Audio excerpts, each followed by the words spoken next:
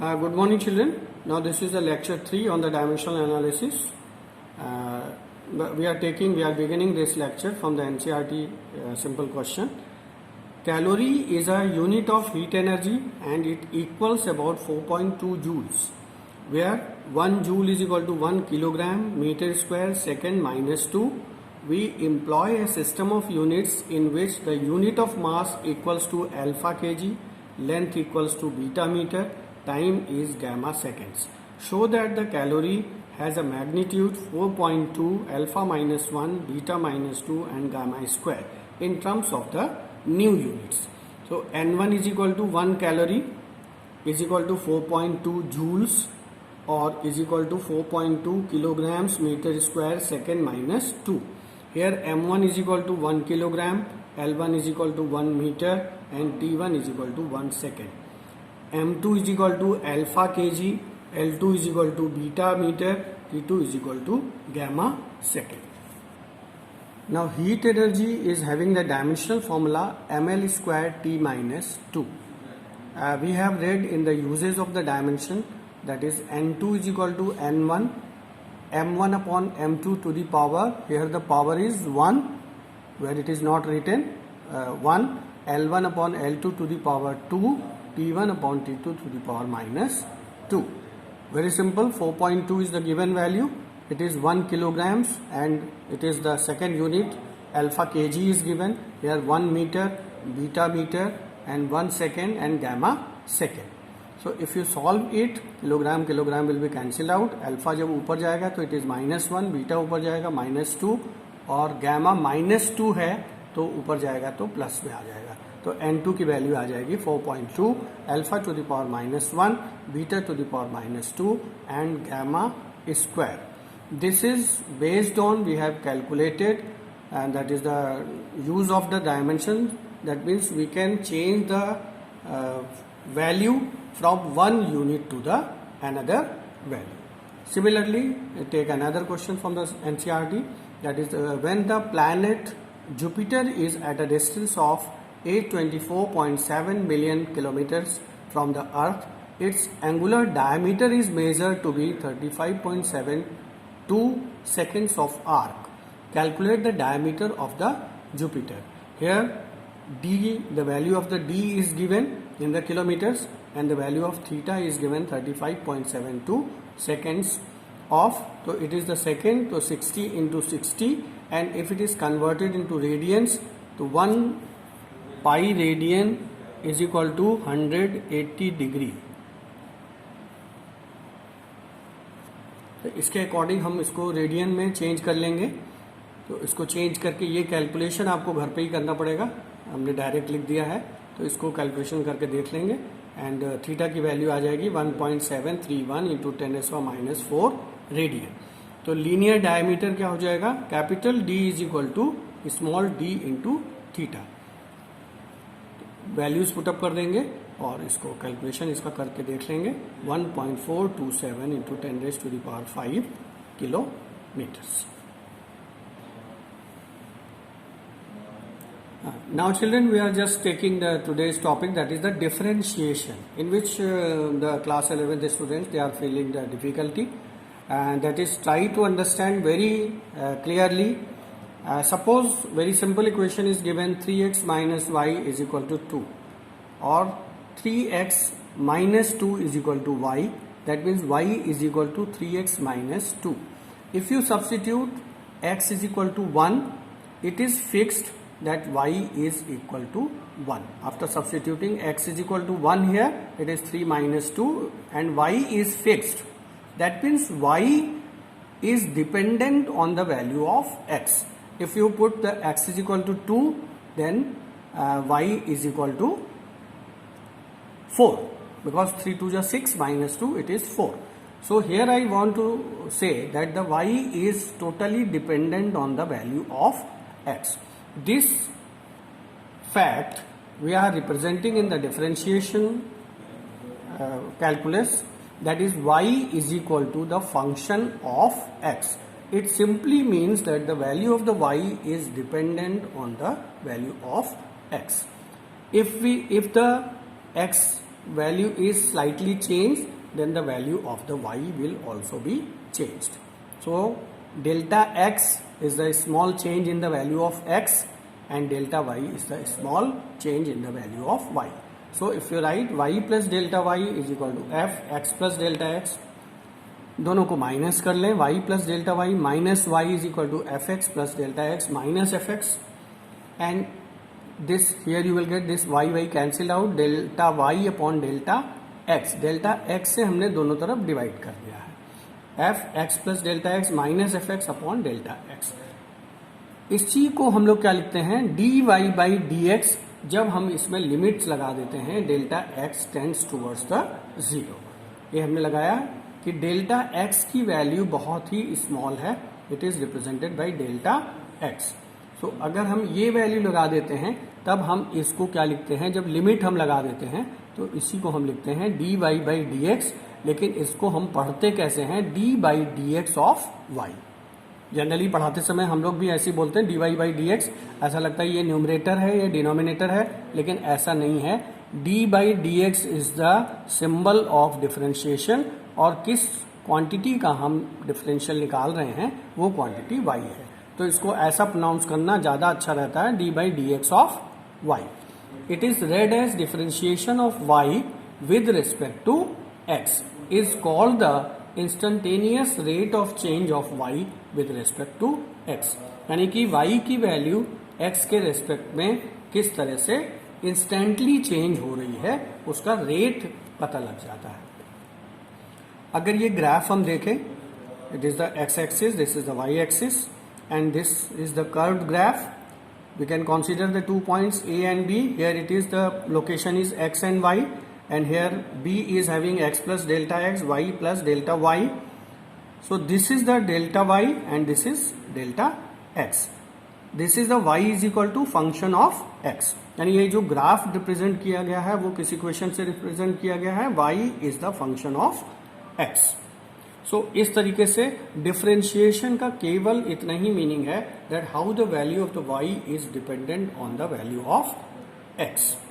Now physical meaning of the dy by dx, in the physics we are using the velocity is equal to limit delta t tends towards the zero, delta s upon delta t. So it is ds upon dt. So it is d by dt of s. S means the distance or the displacement. So this gives the instantaneous speed. Similarly, the acceleration is equal to limit delta t tends towards zero, delta v upon delta t. It is represented by dv by dt, or it will be represented by the double differentiation of ds by dt. ये जो d2s upon dt2 लिखा है इसका मतलब कि ds by dt को हमने 2 बार differentiate किया तो भी हमें एक्सीलरेशन मिल जाएगा. d by dt of m into v, m is taken outside, into dv by dt, and dv by dt is nothing, it is the acceleration. So it is m into a and that will be equivalent to force. Now children listen the formula. This formula you can note it down from any book. D by dx of the any constant term is equal to 0. D by dx of the cx constant term will be taken outside, dx upon dx, and dx upon dx is equal to 1. So c into 1 is equal to c. D by dx of x to the power n is equal to nx n minus 1. D by dx of ax plus b to the power n will be taken outside. ax plus b n minus 1 into the differentiation of this, that is the into a, because dx upon dx is equal to 1. So d by dx of ax plus b to the power n is equal to n ax plus b n minus 1 into a. d by dx of u to the power n u n minus 1, और u को भी differentiate करेंगे तो du by dx. d by dx of u plus v, इसका अलग अलग differentiation होगा, u का अलग होगा, v का अलग होगा, that is the d by dx of u plus d by dx of v. हाँ, now it is the multiplication. This is the d by dx of u into v. इसको हम first function consider करेंगे, इसको second function consider करेंगे. It is the multiplication of both the functions. इसका formula है first function into differential of second function plus second function into differential of first function. तो first function आपका u है, differential of second function D we by D X plus second function into differential of first function D U by D X. अगर ये u upon v के form का है यानी fraction में है तो इसका फॉर्मूला बनता है denominator into differential of numerator minus numerator into differential of denominator upon denominator square. I think it's clear. Similarly, the trigonometrical functions differentiation d by dx is equal of sin x is equal to cos x, d by dx of cos x is equal to minus sin x, d by dx of sin u is equal to cos u into du by dx, d by dx of cos u minus sin u du by dx, d by dx of tan x is equal to sec square x and d by dx of cot x is equal to minus cosec square x. d by dx of sec x is equal to tan x into sec x, d by dx of cosec x is equal to minus cot x cosec x, d by dx of a to the power x is equal to a to the power x log a to the base e, d by dx of e to the power x यानी कि exponential it is equal to e to the power x, d by dx of log x base a is 1 upon x log a base e and a does not equal to 1. d by dx of log x base e is equal to 1 upon x. Here x does not equal to 0. d by dx of log u base e is equal to 1 upon u into du by dx. d by dx of e to the power ax is equal to a and e to the power ax. So children, nothing to worry. This formula of the differentiation you can get in any book or in the NCERT book. Note it down. There is no need of any proof and all that. Now in the first year you have to just learn it and apply where it is required. Now see the question number 1. Very simple question. Y is equal to 6x to the power 5 upon x minus 3. Find out the value of dy by dx. So dy by dx it is in the form of u upon v. ऐसा formula है। तो इसमें formula था हमारा denominator into differential of numerator. Numerator is 6x to the power 5 minus numerator into differential of denominator upon denominator whole square. तो this formula we have applied here and here it is x minus 3 and here the d by dx of c x to the power n. So 6 outside and it is 5x 5 minus 1 nx n minus 1 वाला formula यहाँ पे apply हो गया है। 6x to the power 5 d by dx of x is equal to 1 and d by dx of the constant quantity is 0. तो it is minus 0. Minus 0 भी लिख सकते थे लेकिन उसका कोई यूज नहीं है। x minus 3 whole square. तो अब इसको मल्टीप्लाई कर लीजिए। इट इज 6 5 जा 30 तो 30 x to the power 4 x minus 3 minus 6 x to the power 5 upon x minus 3 whole square. 30 x to the power 5 minus 90 x to the power 4 minus 6 x to the power 5 upon x minus 3 whole square. This is 30 and this is 6 power same है तो ये आ जाएगा आपका 6x to the power 4 it is common it is 4x minus 15 upon x minus 3 whole square. So यहाँ पे हमने दो फॉर्मूले इस्तेमाल किए हैं। dy by D x of if the given y is u in the form of u upon v और दूसरा फॉर्मूला यूज किया है dy by D x is equal to x to the power n जो कि होगा nx n minus 1। y is equal to C another example sine 3x dy by D X. या आप direct फॉर्मूले से आप देख सकते हैं ये 3 बाहर लिखा जाएगा और साइन x का कितना है डिफरेंशियल cos x तो ये cos 3x हो जाएगा। Similarly y is equal to under root cos x to the power 1/2 तो dy by D x is equal to 1/2 cos x minus 1/2 into differential of cos x and 1/2 cos x minus 1/2 and the differential of cos x is equal to minus sin x. So dy by dx is equal to minus sin x upon ये 2 आ जाएगा और cos x minus 1/2 ये under root cos x हो जाएगा। तो इस तरीके से इसको हम dy by dx इसका कैलकुलेट कर सकते हैं। Similarly, y is equal to 4x cube minus 3x square plus 4 upon x square minus 6. अब इनका डिफरेंशियल हर टर्म का अलग अलग आपको कैलकुलेट करना पड़ेगा. D by D x of 4x cube, D by D x of 3x square, D by D x of 4x to the power minus 2 and D by D x of 6 is the constant, so it is 0. ये मैंने अलग अलग terms लिख दिए हैं. अब देखिए इसमें D by D x of X to the power n का फॉर्मूला लग जाएगा.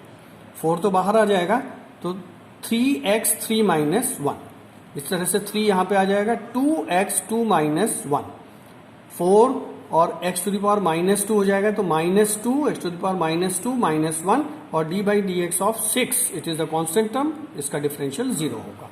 इसको कैलकुलेट कर लीजिए. 12x square minus 6x minus 8x to the power minus 3, तो D Y by D x is equal to 12x square minus 6x minus 8 upon x cube. So this is all about your differentiation. Nothing to worry.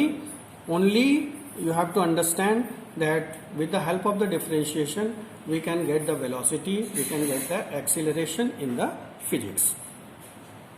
Now similarly, we are just using the integration, and integration means the sum up of all the terms. When we are, this means the summation of all the terms. That is, y is equal to integration of fx dx is equal to capital Fx. Capital Fx is called the integrand. Fx is called the integral or the primitive or antiderivative function of small function x. So, sigma is used for the summation of the discrete values.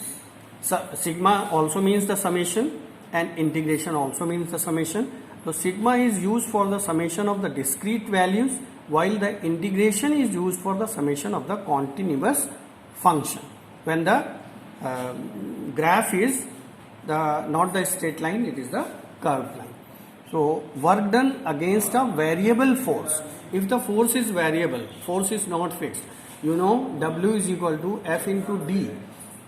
In this formula, F is a constant, but sometimes what happens that if F is variable, then we are not getting the straight line, we are getting the curved graph, and in that case, for calculating the total work done, we need the integration. So fx dx is equal to fx plus c. C is the integration constant. Similarly, these formula also you will get in any book. The integration of x to the power n dx is equal to x to the power n plus 1 upon n plus 1 plus integration constant. इस फॉर्मूले का use हम लोग physics में बहुत करते हैं. Integration of dx कितना आ जाएगा, x आ जाएगा प्लस इंटीग्रेशन कांस्टेंट. और जनरली फिजिक्स में इंटीग्रेशन कांस्टेंट की वैल्यू भी हम नहीं रखते हैं क्योंकि हमारा इसी से काम हो जाता है. Integration of 1x dx is equal to log x plus c, u plus v dx is equal to u dx plus v dx plus c, यानी u का इंटीग्रेशन अलग होगा और v का इंटीग्रेशन अलग होगा और एक इंटीग्रेशन कांस्टेंट c आएगा. a x to the power n dx is equal to a integration of x to the power n dx a x to the power n plus 1 upon n plus 1. यहाँ पे आप देख रहे हैं कि a को बाहर निकालने के बाद हमारा इंटीग्रेशन यही वाला आ गया है और ये हम यहाँ पे उसी तरह से कैलकुलेट फॉर्मूला लिख सकते हैं.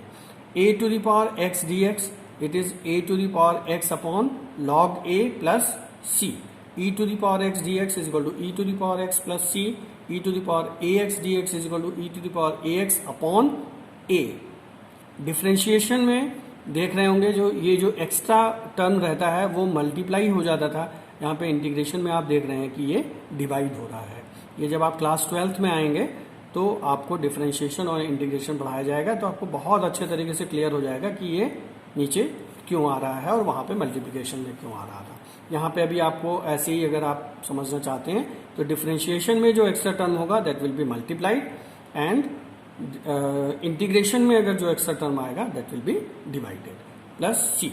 Similarly integration of sine X D x is equal to minus cos X D x is equal to sine X. Now integration of the sin nx dx is equal to minus cos nx upon n plus c. Integration of cos nx dx is equal to sin nx upon n plus c. Integration of sec square x D x is equal to tan x plus c, cosec square x D x minus cot x plus c, integration of sec x tan x D x is equal to sec x plus c, cosec x cot x D x integration minus cosec x plus c, a x plus b to the power n into d x, it is a x plus b n plus one upon a n plus one, integration of a upon a x plus b into d x log a x plus b, a to the power mx plus c dx is equal to a to the power mx plus c upon m into log a plus c1. c1 is the integration constant. Now e to the power mx plus c into dx is equal to e to the power mx plus c. फिर से यहाँ पे वो repeat कर दे रहा हूँ, देखिए ये एक्स्ट्रा टर्म आ रहा है तो ये आपका नीचे डिवाइड हो गया है, plus c1 is the integration constant. Integration of sign ax plus b dx is equal to minus cos ax plus b upon a plus c, cos integration of cos ax plus b dx is equal to sin ax plus b upon a plus c, and integration of sec square ax plus b dx is equal to tan ax plus b upon a plus c. Now integration of cosec square ax plus b upon dx is equal to minus cot ax plus b upon a plus c. Integration of sec ax plus b tan ax plus b into dx is equal to sec ax plus b upon a. Cosec ax plus b cot ax plus b dx is equal to minus cosec ax plus b upon a. बच्चों इसमें बहुत ज़्यादा चिंता करने की ज़रूरत नहीं है, आपको लग रहा होगा कि बहुत कठिन कठिन फॉर्मूले सर बताए जा रहे हैं, तो ये डिफरेंशिएशन और इंटीग्रेशन चूंकि आपने अभी नहीं पढ़ा है इसलिए आपको ऐसा लग सकता है, और इसमें से कुछ ही फॉर्मूले आपके फिजिक्स में यूज होंगे, तो बिल्कुल भी चिंता करने की जरूरत नहीं है। अब देखिए एक प्रॉब्लम हम लेते हैं, y is equal to integration of sec to the power 4x tan x dx। तो यहाँ पे हमने क्या ले लिया है, let sec x is equal to v, तो d by D x of sec x is equal to d we by D x, sec x tan x dx is equal to d v. So y is equal to sec cube x sec x tan x ये रख दिया हमने into v की जगह पे, और dx तो ये कितना हो जाएगा, it is v cube into d v. तो v क्यूब डी वी का very easily we can find it out, v to the power 4 upon 4 plus integration constant. तो y is equal to sec v की value कितनी हमने assume की थी sec x, तो sec to the power 4x upon 4 plus c। ये यहाँ पे v हमें एज्यूम करना पड़ा था, उसके बाद हमने इंटीग्रेट किया है।